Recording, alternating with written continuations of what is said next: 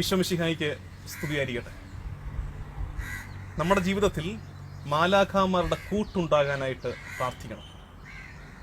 മാലാഖമാരുടെ സഹായം ചോദിക്കുന്നത് ഒരു കുറച്ചിലാണെന്ന് വിചാരിക്കരുത്. മാലാഖമാരോട് പ്രത്യേകം ഞങ്ങളെ കാത്തു പരിപാലിക്കണമേ എന്ന് അപേക്ഷിക്കണം. എന്താ കാര്യം? കാര്യം ലളിതമാണ്. ഈശോയുടെ ജീവിതത്തിൽ മാലാഖമാരുടെ സഹായം നന്നായിട്ടുണ്ടായിരുന്നു. ഈശോയുടെ പിറവിയെക്കുറിച്ചുള്ള അറിയിപ്പ് യൗസേപ്പിനും മാതാവിനും കൊടുത്തത് മാലാഖയാണ്. അവന്റെ പിറവിയുടെ നേരത്ത് ആകാശത്ത് നൃത്തം ചെയ്ത് ആനന്ദഗാനം ആലപിച്ചത് മാലാഖമാരാണ്. അവൻ പിറന്ന ശേഷം ഹെറോദോസിന്റെ കരാളഹസ്തങ്ങളിൽ നിന്ന് അവനെ കാത്തുപരിപാലിച്ചത് മാലാഖമാരുടെ സന്ദേശമാണ്. പിന്നെയും അവൻ നസറത്തിലേക്ക് നയിച്ചത് മാലാഖമാരാണ്.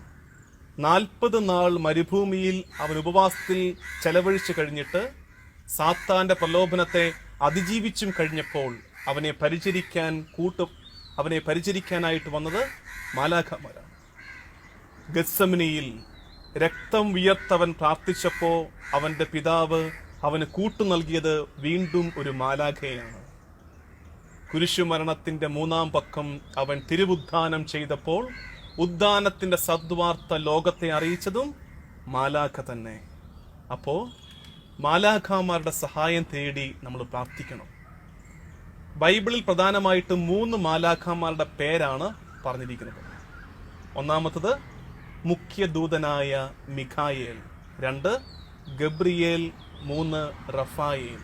ഇതുകൂടാതെ കാവൽ മാലാഖയോടും നമ്മൾ സഹായം ചോദിക്കണം. ഈ 3 മാലാഖമാരെ കുറിച്ച് വേഗം ഒന്ന് പറയാം. ഒന്നാമത്തത് മിഖായേൽ മാലാഖ, 2 ഗബ്രിയേൽ, 3 റഫായേൽ. ഈ 3 മാലാഖമാരുടെ പേരിന്റെ അർത്ഥം, അവര് കൈകാര്യം ചെയ്യുന്ന വകുപ്പ്, അവരോട് പ്രത്യേകം പ്രാർത്ഥിക്കേണ്ട കാര്യം. ഈ 3 കാര്യങ്ങൾ വേഗം പറയാൻ പോവാണ്. അപ്പൊ നിങ്ങൾ വിചാരിക്കും എന്താ വെച്ചാൽ വകുപ്പ് എന്നൊക്കെ പറഞ്ഞത്? അങ്ങനെയാണ്. മന്ത്രിസഭയിലൊക്കെ ഓരോ മന്ത്രിമാർക്കും വകുപ്പുള്ളതുപോലെ ഓരോ മാലാഖയ്ക്കും കർത്താവ് തമ്പുരാൻ ഓരോ ജോലി ഏൽപ്പിച്ചു കൊടുത്തിട്ടുണ്ട്. ഒന്നാമത്തത് മിഖായേൽ മാലാഖ. മിഖായേൽ എന്ന വാക്കിന്റെ അർത്ഥം ദൈവത്തെ പോലെ ആരുണ്ട്, ദൈവത്തെ പോലെ ആരുണ്ട്. മിഖായേലിന്റെ വകുപ്പ് പൈശാചിക ശക്തികളോട് പോരാടുന്ന മാലാഖയാണ് മിഖായേൽ.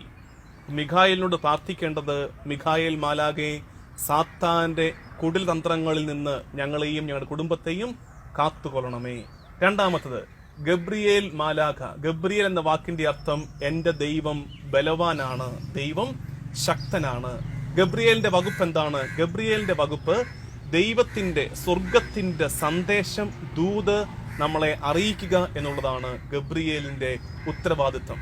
അതുകൊണ്ടല്ലേ യൗസേപ്പിനും മാതാവിനും ആവർത്തിച്ച് ഗബ്രിയേലിന്റെ ദൂത് കിട്ടിക്കൊണ്ടിരുന്നത്, ദൈവത്തിന്റെ മനസ്സറിയാൻ പറ്റിയത്. നമ്മൾ പ്രാർത്ഥിക്കേണ്ടത് ഗബ്രിയേലിനോട്, കർത്താവെ, ജീവിതത്തിൽ വഴിമുട്ടിപ്പോയി നിൽക്കുന്ന നേരത്ത്, മുന്നോട്ട് ചുവട് വയ്ക്കാൻ അറിയാതെ നിൽക്കുന്ന നേരത്ത് ദൈവ തിരുഹിതം ഞങ്ങൾക്ക് വെളിപ്പെടുത്തി തരണമേ, സ്വർഗത്തിന്റെ സന്ദേശം ഞങ്ങളുടെ കാതോരത്ത് എത്തിക്കണമേ എന്ന് ഗബ്രിയേലിനോട് പ്രാർത്ഥിക്കണം. മൂന്നാമത്തത് റഫായേൽ. റഫായേൽ എന്ന വാക്കിന്റെ അർത്ഥം ദൈവം സുഖപ്പെടുത്തുന്നു. പേര് സൂചിപ്പിക്കുന്നത് പോലെ തന്നെയാണ് റഫായേലിന്റെ ഉത്തരവാദിത്വവും റഫായേലിന്റെ ദൗത്യവും. എന്താണത്? നമ്മുടെ രോഗക്കിടക്കയിൽ, ഒപ്പം 2 ദൗത്യങ്ങളുണ്ട് റഫായേലിന്. രോഗക്കിടക്കയിൽ, 2 യാത്രയിൽ മധ്യസ്ഥനാണ് റഫായേൽ.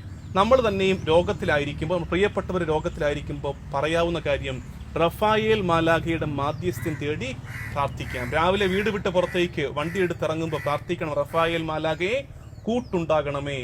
റഫായേൽ മാലാഖയെ കൂടുതൽ മനസ്സിലാക്കാനായിട്ട് തോബിത്തിന്റെ പുസ്തകം വായിച്ചാൽ മതി. ഒപ്പം കാവൽ മാലാഖയുടെ സംരക്ഷണത്തിന് വേണ്ടി പ്രാർത്ഥിക്കണം. പ്രിയമുള്ളവരെ, ഞാൻ പറഞ്ഞ കാര്യം, മാലാഖമാരോട് സഹായം ചോദിച്ച് പ്രാർത്ഥിക്കണം. അതൊരു കുറച്ചിലല്ല. കാരണം ഈശോയുടെ ജീവിതത്തിൽ മാലാഖമാരുടെ സഹായം ഉണ്ടായിട്ടുണ്ട്. 3 മാലാഖമാർ, മിഖായേൽ, ഗബ്രിയേൽ, റഫായേൽ. ഒപ്പം കാവൽ മാലാഖയോടും നമുക്ക് സഹായം ചോദിക്കണം. മാലാഖമാരുടെ കൂട്ട് എനിക്കും നിങ്ങൾക്കും തുണയാകട്ടെ എന്ന് ആശംസിക്കുന്നു. ദൈവനാമത്തിന് മഹത്വം ഉണ്ടാകട്ടെ. ആമേൻ.